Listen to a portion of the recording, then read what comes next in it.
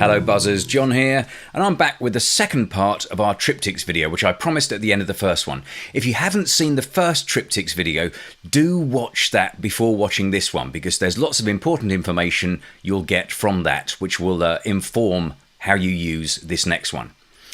This is where we got to in the first one, and essentially what we have are three black boxes on a white sheet of paper, and all we've done is added our pictures to these black boxes and put a little keyframe around them. Now in this one we have a larger centre frame and two outlying pictures which are slightly more slender in their appearance.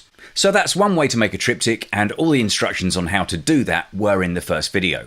But let's now look at some different forms of triptychs, because of course for a 3 in a row presentation you can arrange them however you like.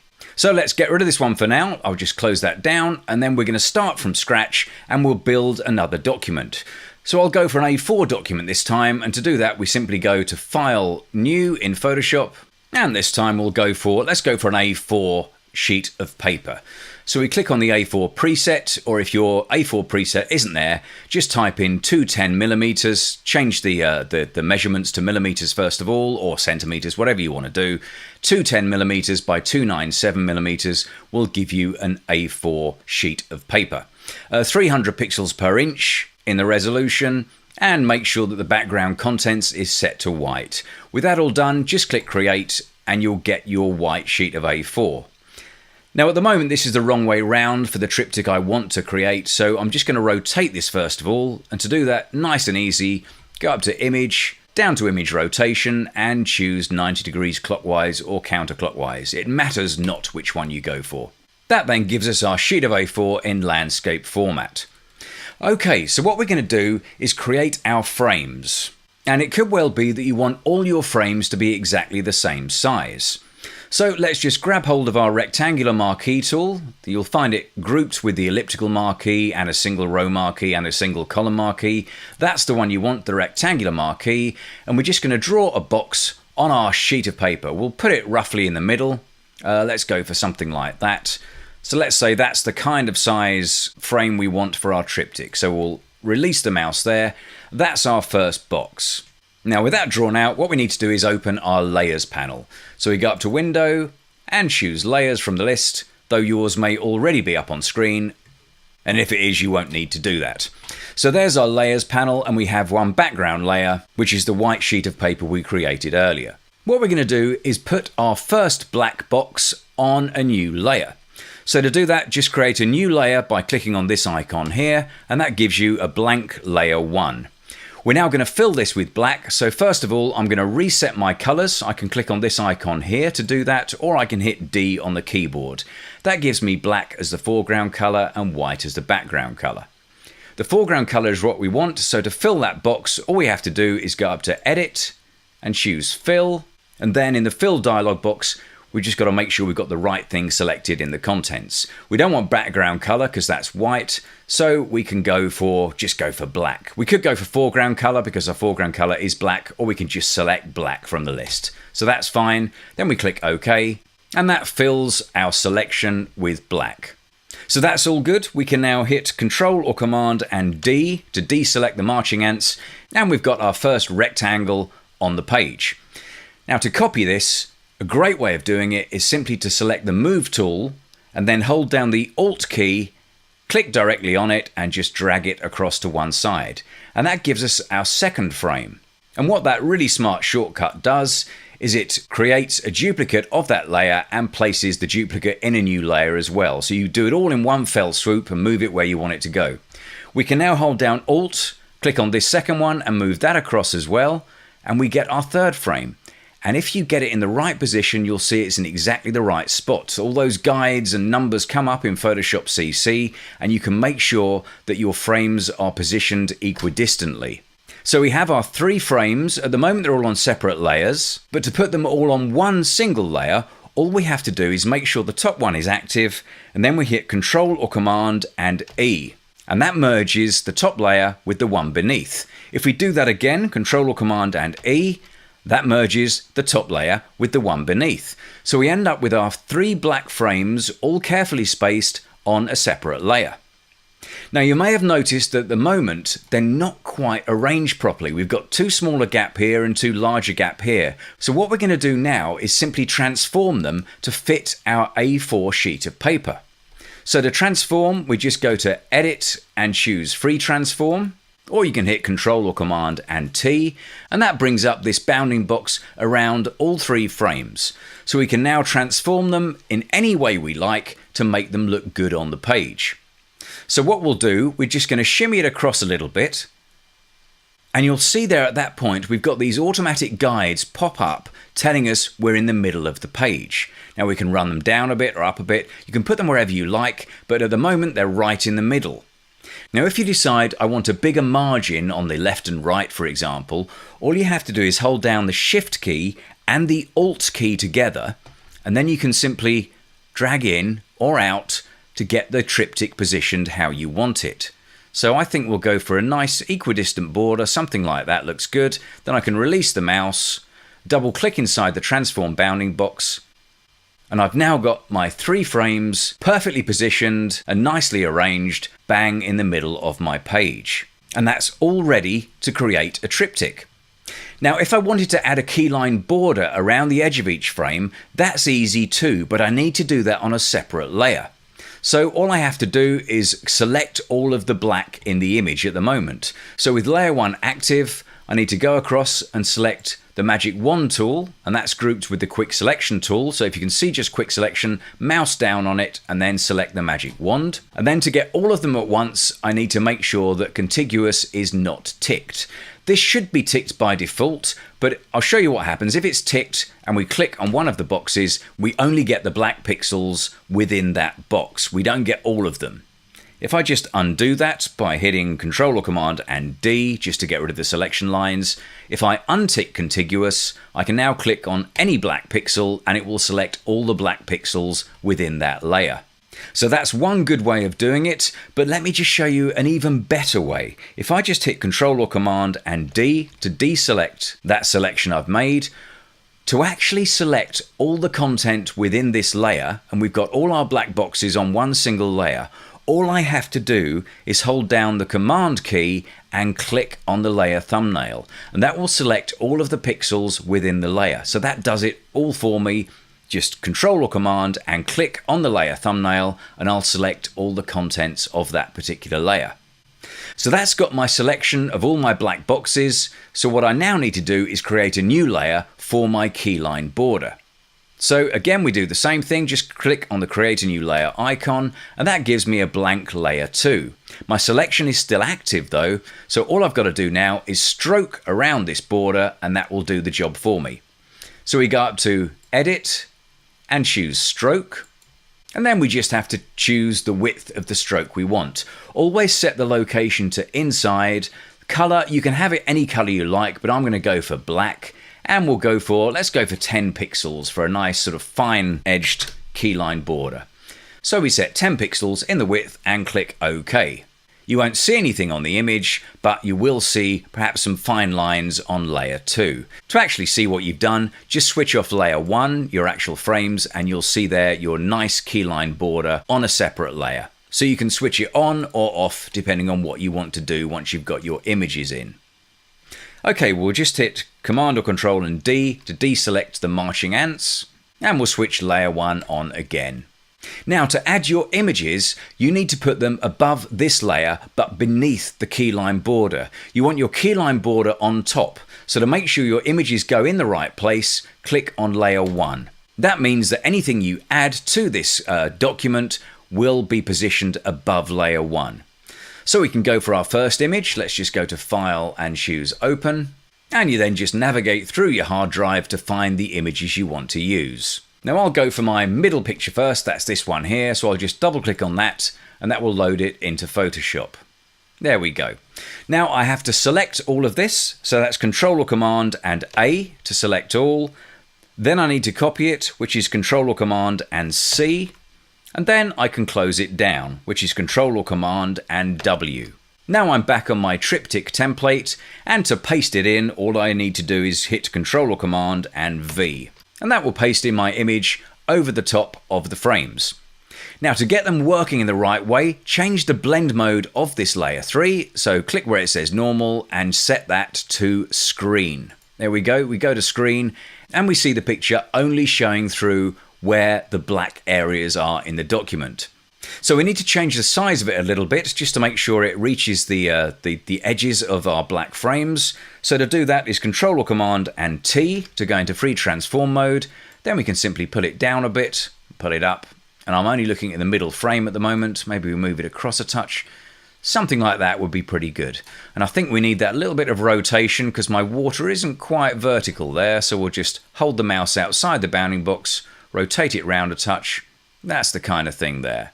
So now we've got our image completely filling that frame. We can double click inside the bounding box. Then all we've got to do is get rid of the pictures on either side. So to do that, we grab hold of the rectangular marquee tool. We draw around the frame that we want to use, and then we go to select and choose inverse.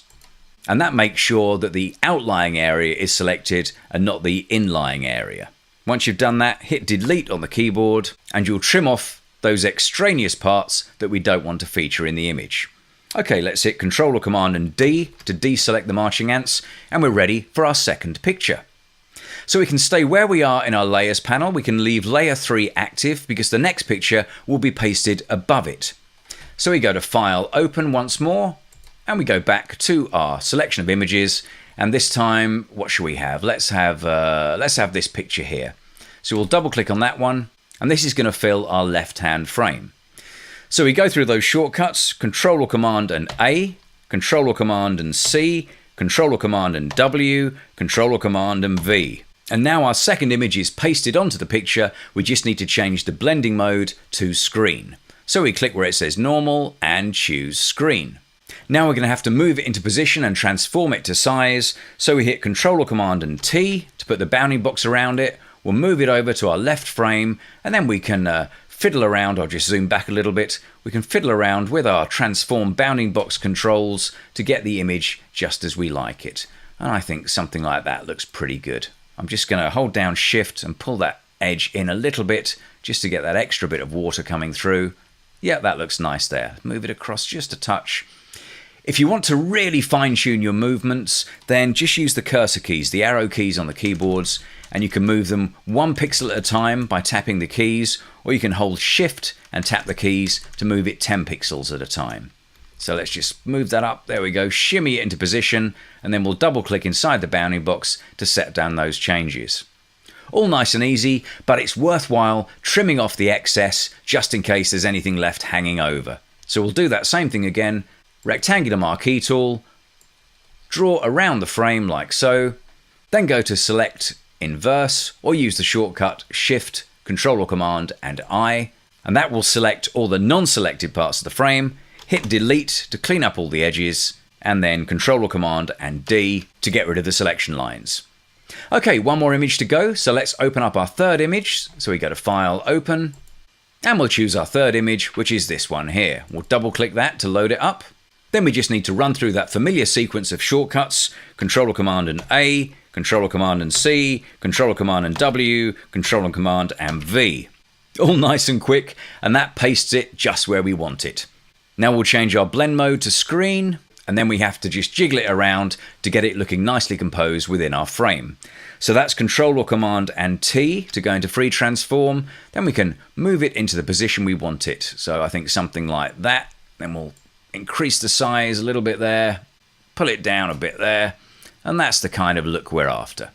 Okay, I'll double click in there, and that will set down the changes, and then we just need to trim off the excess. So we use our rectangular marquee tool, draw around the frame, go to select and choose inverse, and then hit delete to get rid of the excess. Then get rid of the selection lines with Control or Command and D, and you have your triptych nicely displayed, and you've got it all on separate layers. So if we open up our layers panel, you can see there's our 3 layers. We're exactly where we started from. There's our white sheet of paper, there's our black frames, there's our keyline border, which you can't see yet, but will become visible once we put something other than black underneath it. Image 1, Image 2, and Image 3. And as I mentioned, the reason we've got that keyline border on a separate layer is you can switch it on or off depending on the effect you want. So we can switch that off and save our image like that if you don't want the black frame, or leave it on and save it like that if you do.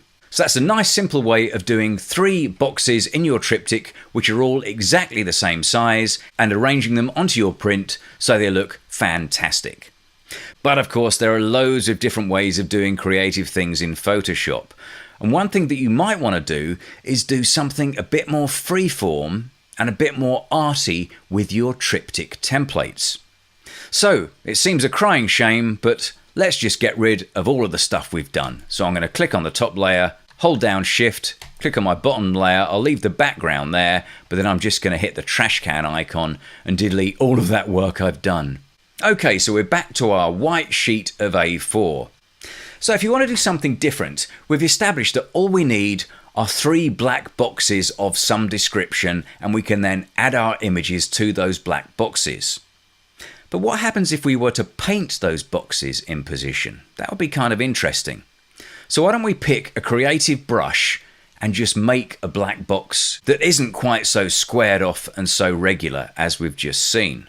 Okay, well let's first of all create a new layer. So we click on the create a new layer icon and we get a blank layer 1 above our white sheet of background paper. Let's grab a brush now. So we select a brush, we make sure that black is the foreground color. Again, if it's not for any reason, hit D and it will be. And then we're going to choose the right sort of brush. So let's just go to our brush preset picker and let's pick something out. We want something arty and creative. Oh, there's so much to choose from. What shall I go for? Let's go for a bit of chalk. Let's go for chalk 60 pixels. So we'll double click on that and that gives us a 60 pixel chalk brush. If you just scratch on it, you see what it does. Now at the moment that's grey, and the reason it's grey is because my opacity is set quite low. It's at 43%. So we'll just change that. We'll put that up to 100%. But in flow, I'm going to take flow down. That means not quite as much ink will go onto the page from the brush. So let's take that down to, let's try about 30%. Then we'll have another squiggle. Yeah, that's given me black, but it's given me those nice sort of broken chalky edges. So that's the kind of effect I'm going to use to create my frames. So I'll just undo this mess I've made on my page at the moment. I'll just do that by hitting Control or Command and Z, and then hit Control or Command and Z again to get rid of the other one. And now I'm just going to work probably on this left-hand side and see what I can create. I'll go for a slightly bigger brush, so I'll just hit the right square brackets key to get myself a bigger brush, something like that. Then I'll start just randomly painting one of my frames. I guess I want it to be about that kind of size. Just using multiple sweeps of the brush, sort of clicking away, you can probably hear that.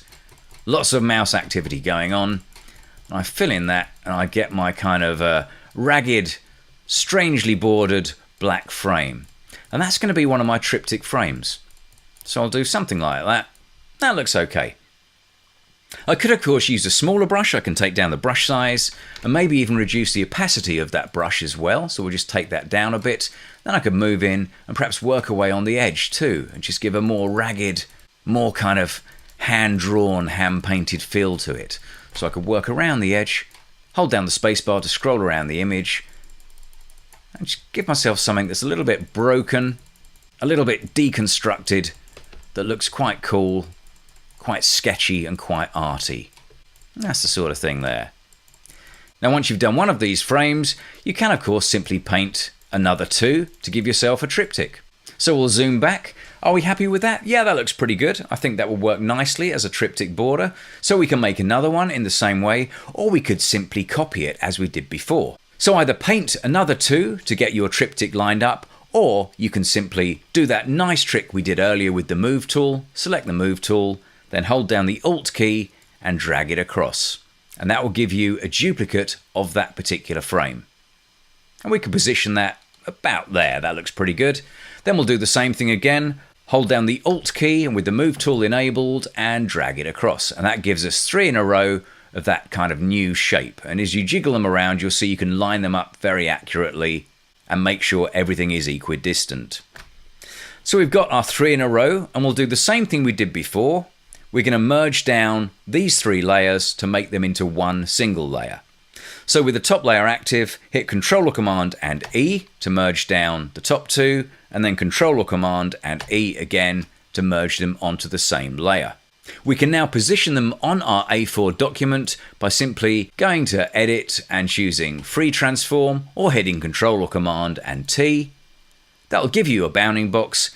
Then you hold down your Shift key to break out a proportion, and you can drag them across to get them lined up just as you want them on your sheet of paper. So we'll double click now inside the bounding box, and we have a new triptych. Now, one thing I don't like at the moment is we've got this little blob here that's repeating obviously and kind of spoiling it a little bit. So I'll just get hold of my brush and I'll get rid of it. Let's just paint that out. There we go.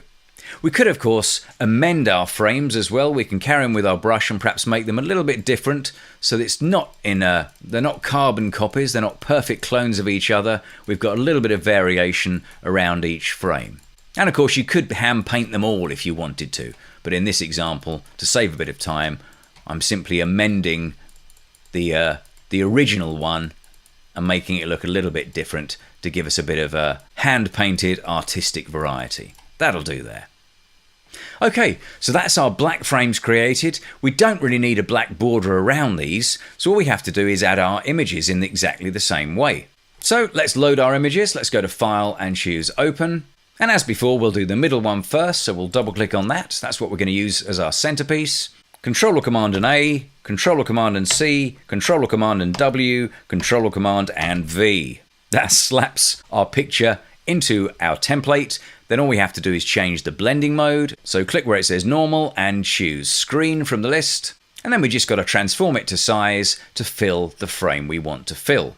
So Control or Command and T, and then we can pull up our transform handles to make sure it fills right to the edge. Make sure you don't leave a black edge around it. You don't want that. So make sure it fills the whole of the frame and then position it however you see fit. So we'll get that rotation in again to make sure our water is falling according to the laws of gravity. There we go. Now we'll double click there. That's our first frame done. Same as before, you need to trim off the edges. So grab hold of the rectangular marquee tool and just make sure you take in the whole image. When you select around it, make sure you've got the whole thing. If you haven't, then just hold down the space bar and you can move that around until you're happy. And then we release the mouse when we've got the whole frame. Once you've done that, go to Select and choose Inverse. And then when the outer part of the selection is selected, just hit Delete, and that will get rid of the content from the other frames. Control or Command and D to deselect, and now I'll just quickly fill the other frames in exactly the same way, just so we have our complete triptych on display. So I go to File and choose Open. I'll select the image for the left-hand side by double-clicking it, and then it's Command A, Command C, Command W, Command V, and in it goes. Change the blend mode to screen, Command T to go into Free Transform, move it across, get it into the position you want. Let's just move that down.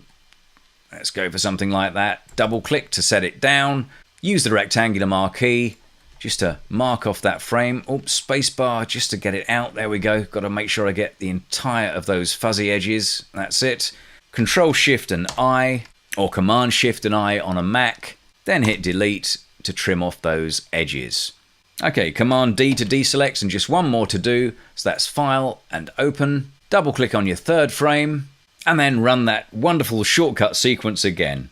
Command A, Command C, Command W, Command V, and in it goes.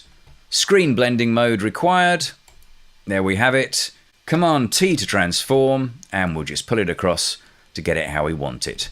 We need a bit more height on that and a bit more depth. There we go, and that can be our image. Double click, then time to clean up. So it's rectangular marquee tool. Round we go. Make sure you take in all of the edges, then Command Shift I and delete. Command D to deselect, and you have your triptych. This time with really cool fuzzy edges that kind of break up the regularity of square-edged boxes and give you something a bit more arty and a little bit different. And one of the fascinating things of doing this kind of technique is you can still make additional changes. If, for example, we wanted to make these blurred as well as arty edged, then we can. Let's just select this layer here, with the layer with our black boxes, and we're just going to copy it. So to copy it, Control or Command and J.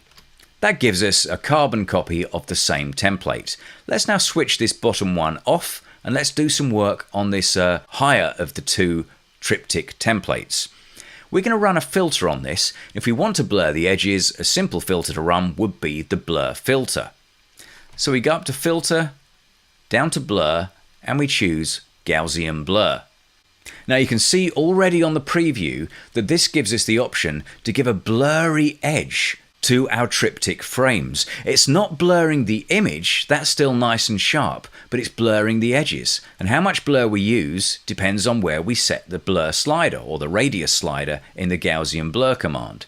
Now that's a bit too much at the moment, so I'm just going to back it off, but I can add a little bit of blurring to it to give a very different result from that first one. Let's go for about, about sort of 20 pixels should do the trick. So I'll click OK to that. And now we have something a little bit different.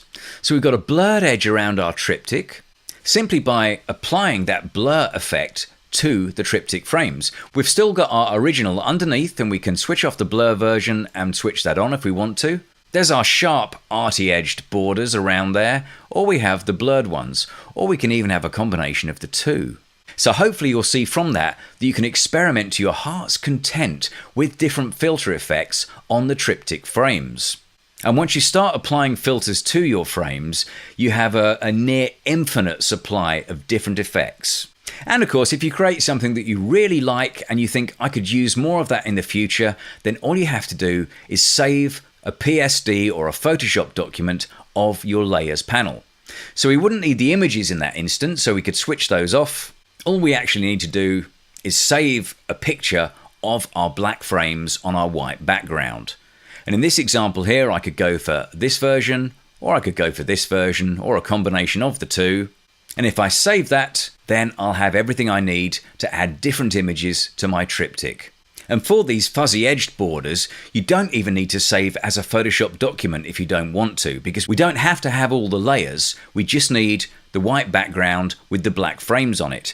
We would need a PSD or a Photoshop document with independent layers if we were going to have the keyframe border around the top. But for these kind of borders, you don't need them. So you can simply create one version like that, and then go to File and choose Save As.